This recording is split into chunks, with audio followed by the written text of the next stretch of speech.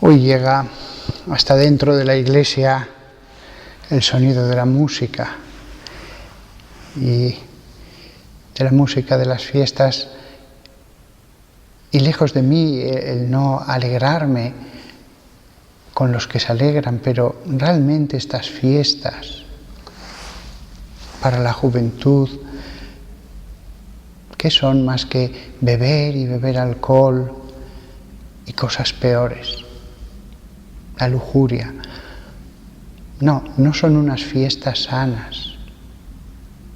Y el resultado de todas estas fiestas no es más alegría, ciertamente.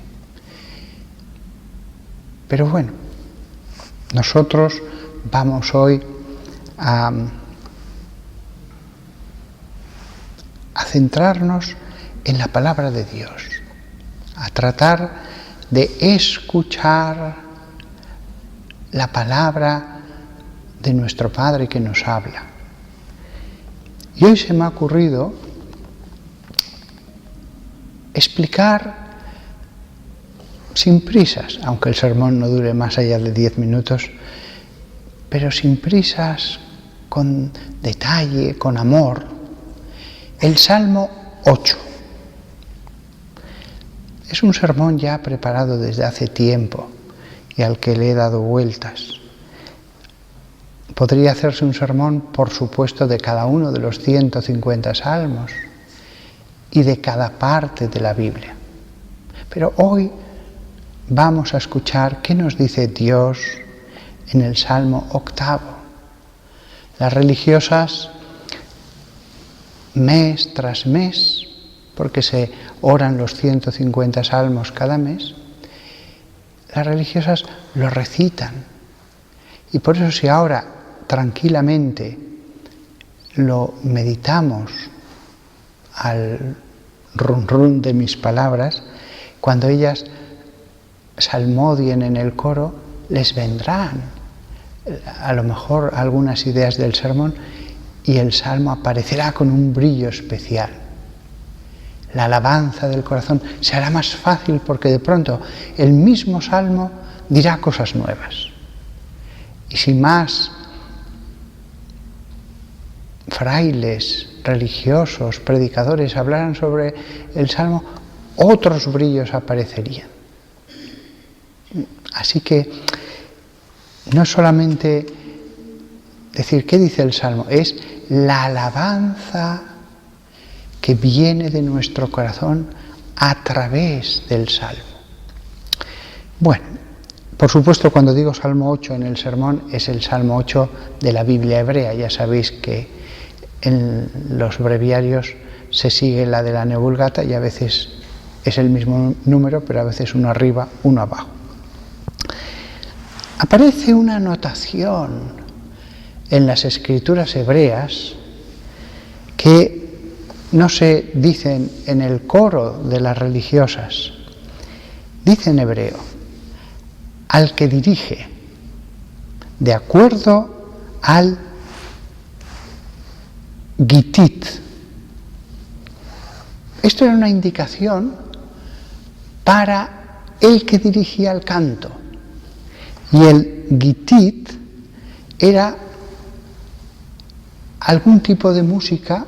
Había distintos tipos de música para los salmos. Y este en concreto se dice, de acuerdo a el gitit. Evidentemente, los hebreos tenían que aprenderse de memoria la música, que probablemente era una salmodia, pues eso, parecida a como se salmodia hoy día, no era gregoriana, pero era un soniquete y unas terminaciones probablemente distintas.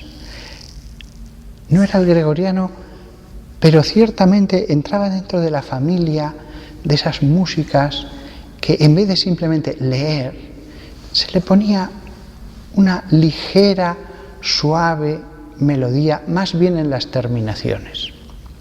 Hay más indicaciones de estas en los salmos. Unos no tienen ninguna, la mayoría, pero algunos sí que las escrituras dicen que se cante de esta manera. Con lo cual, el salmo es cierto que fue compuesto para la oración personal, pero también para la oración comunitaria. Y ya desde la época en que se compuso, se cantaba comunitariamente para la alabanza de Dios. Digo desde la época que se compuso, porque la segunda anotación en letras hebreas que había en lo alto del salmo era un salmo de David. Otros salmos no se nos dice de quién eran, pero este sí. Y entonces comienza ya el texto y dice: Oh Señor, nuestro soberano, qué majestuoso es tu nombre en toda la tierra. De esto va a tratar todo el salmo. De esto va a tratar todo el salmo. La majestad del nombre de Dios. El respeto al nombre de Dios. A Dios no lo vemos, pero tenemos un nombre. Y por lo menos al nombre sí que hay que tratarlo con respeto, nunca en vano. A Dios se le menciona solo cuando hay que alabarlo o cuando sea adecuado, porque se hable algo relativo a Él, etc. Oh Señor, nuestro soberano, qué majestuoso es tu nombre en toda la tierra. En el fondo, este primer versículo es como un prólogo de todo lo que va a continuar después. Y también es la conclusión de este salmo, el prólogo y la conclusión. Y entonces continúa: tú has colocado tu gloria sobre los cielos. Estos días estaba viendo un documental sobre el universo, veo muchos documentales sobre el universo. Lo dije en otro sermón que hace poco, que este es otro. Qué grandes son los cielos. Muchas veces la Biblia dice cielos para indicar, no, hay mucho más cielo que el cielo que veis. Hay el cielo que veis inmenso, inalcanzable para ellos, pero encima hay otro cielo y después otro cielo. Después de ese cielo azul está el cielo de nuestro sistema solar, de nuestra galaxia, pero después más cielo fuera de nuestra galaxia, más. Tú has establecido tu gloria sobre los cielos. Aquí el plural es importante. Recordemos que en las palabras exactas de Jesús en el Padre Nuestro, Él dijo cielos, recordando esta enseñanza de los salmos. Los cielos son la medida para entender cuánto más alto es Dios, porque los cielos son impresionantes, impresionantes. Por eso se dice, Padre nuestro que estás en los cielos, porque, claro, Jesús sabía que la tierra era muy poca cosa y lo íbamos a descubrir, muy poca cosa. Y también los hombres de su época veían que la tierra estaba manchada de sangre, de codicia, de violencia, de tristezas, y los cielos con su pureza eran otro reino, los cielos. Y ahora viene este versículo que lo voy a leer en su literalidad, tal como lo compuso David. De las bocas de los de los bebés y de los infantes, has establecido poder a causa de tus enemigos, para silenciar al enemigo y al vengador.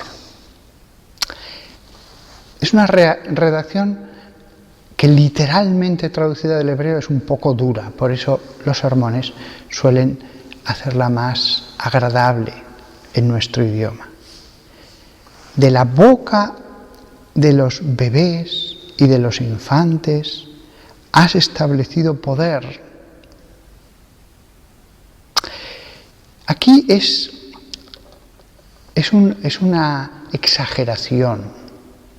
Lo mismo que hay otras partes de la Biblia en que dicen hasta los cojos van a poder venceros en la batalla, hasta las viudas van a poder amontonar montones de despojos. Es como decir, hasta los niños os van a vencer en la guerra.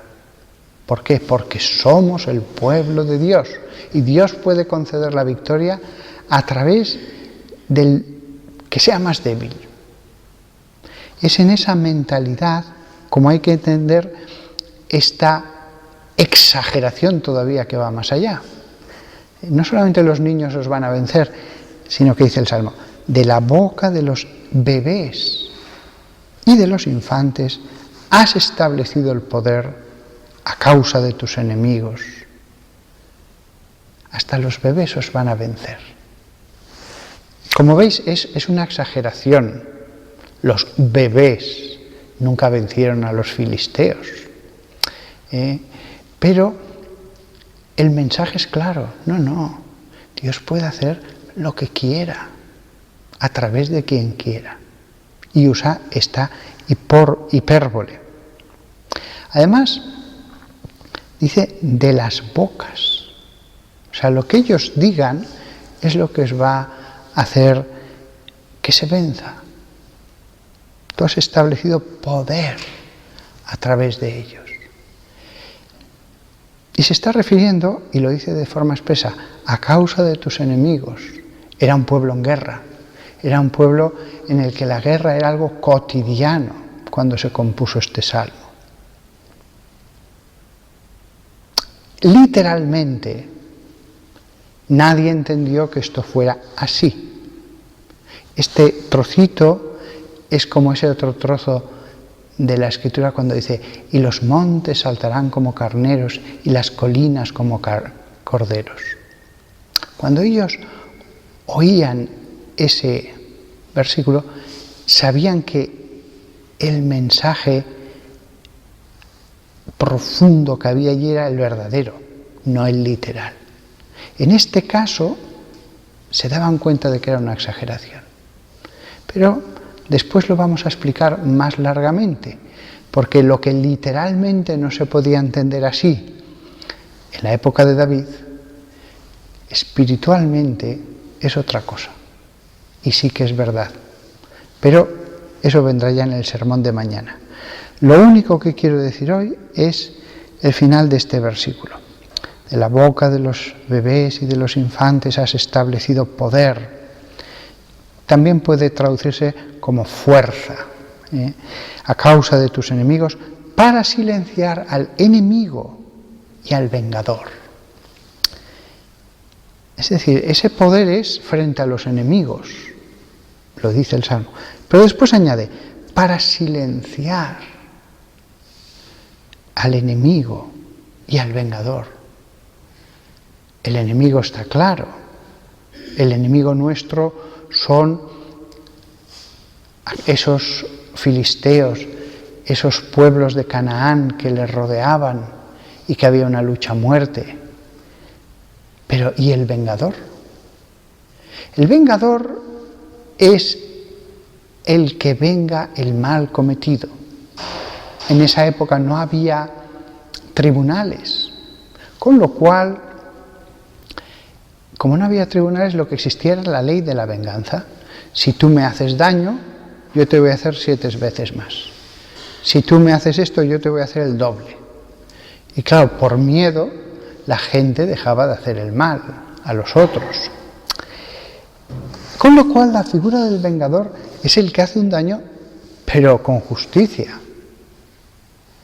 Sin embargo, el Salmo dice que la boca de los bebés silenciará al enemigo y al vengador, es decir, al que nos castiga injustamente, pero también al que nos castiga justamente. Todavía debía ser un poco misterioso este versículo, cómo esto se haría. O sea, el mensaje lo entendían. Hasta los niños van a vencer a nuestros enemigos. Pero en su literalidad les debía quedar como algo misterioso, porque ellos decían, nuestros bebés silenciarán al que nos castiga injustamente y al que nos castiga justamente. ¿Qué significaría eso? Evidentemente esto ya es el próximo sermón, porque una cosa es el sentido literal en la época de David y otra cosa es el sentido espiritual. Ojo, ya en la época de David estaba claro lo que significaba como hipérbole, pero lo que no se imaginaban era la profundidad que había detrás de estas palabras, leídas en el Evangelio, porque las va a citar Jesús, y leídas bajo la doctrina de todo el Nuevo Testamento. Hay esos tres niveles en estas palabras. Pero para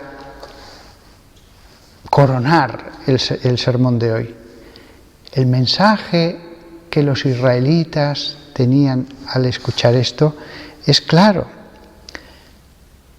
Dios puede vencer a nuestros enemigos con muy poquita cosa. Es Dios. Lo decimos en la misa, tuyo es el poder y la gloria, y tuyo es el poder.